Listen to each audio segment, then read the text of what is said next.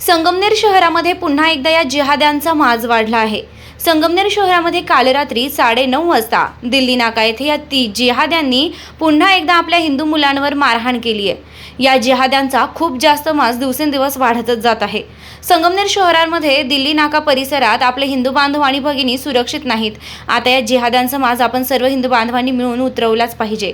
त्या घटनास्थळी पोलीस प्रशासनाने तातडीने धाव घेतली आणि संगमनेर शहर पोलीस स्टेशनमध्ये आपल्या सर्व हिंदू बांधवांनी गोळा होऊन वरिष्ठ पोलीस अधिकारी रवींद्र देशमुख साहेब यांना सांगण्यात आलं, या जिहाद्यांना लवकरात लवकर अटक करा आणि त्यांच्यावर गुन्हा दाखल करावा। वरिष्ठ पोलीस अधिकारी रवींद्र देशमुख साहेब यांनी सुद्धा हिंदू धर्मरक्षक योगेश भाऊ सूर्यवंशी आणि सर्व बांधवांना सांगितले यांच्यावर कठोरात कठोर कारवाई केली जाणार आणि यांना 2 दिवसाच्या आतमध्ये अटक करणार ही ग्वाही देतो।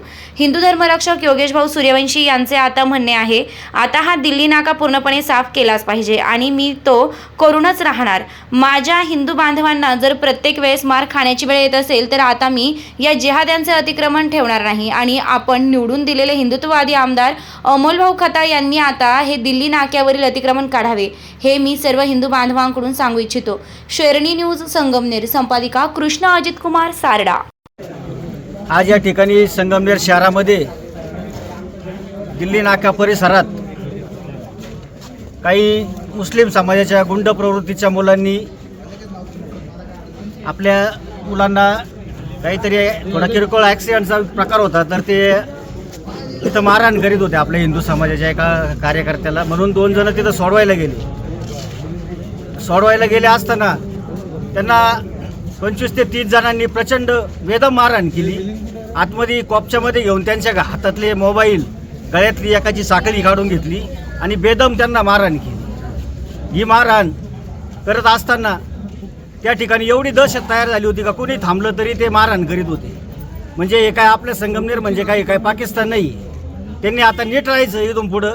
हे जर असे प्रकार जर आता वारंवार घडत होते, परंतु आता या ठिकाणी सरकार बदललेलं आहे, आमदार पण बदललेला आहे। या ठिकाणी हिंदुत्ववादी आमदार या ठिकाणी निवडून आलेला आहे।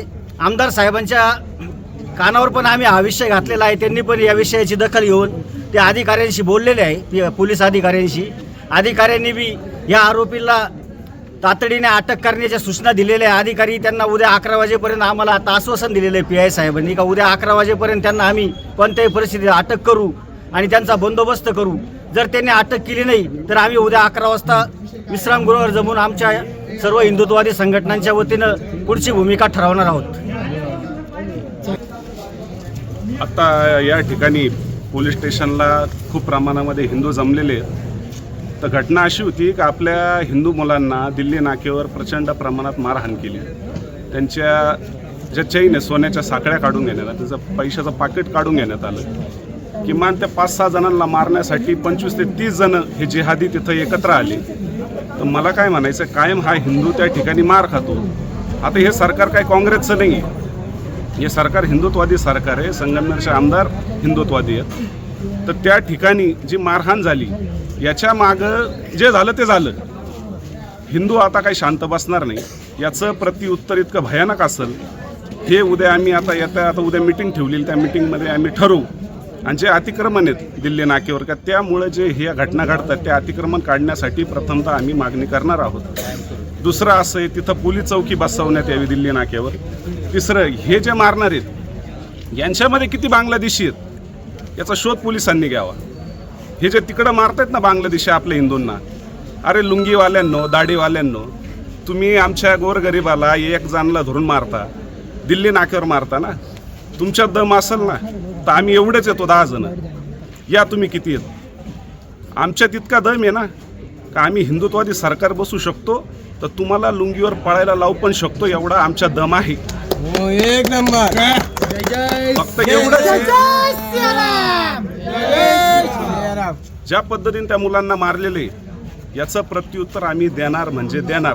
आणि उद्याच्या ज्या मीटिंगमध्ये जे काही गोष्टी घडतील ते आम्ही तुम्हाला उद्या कळू।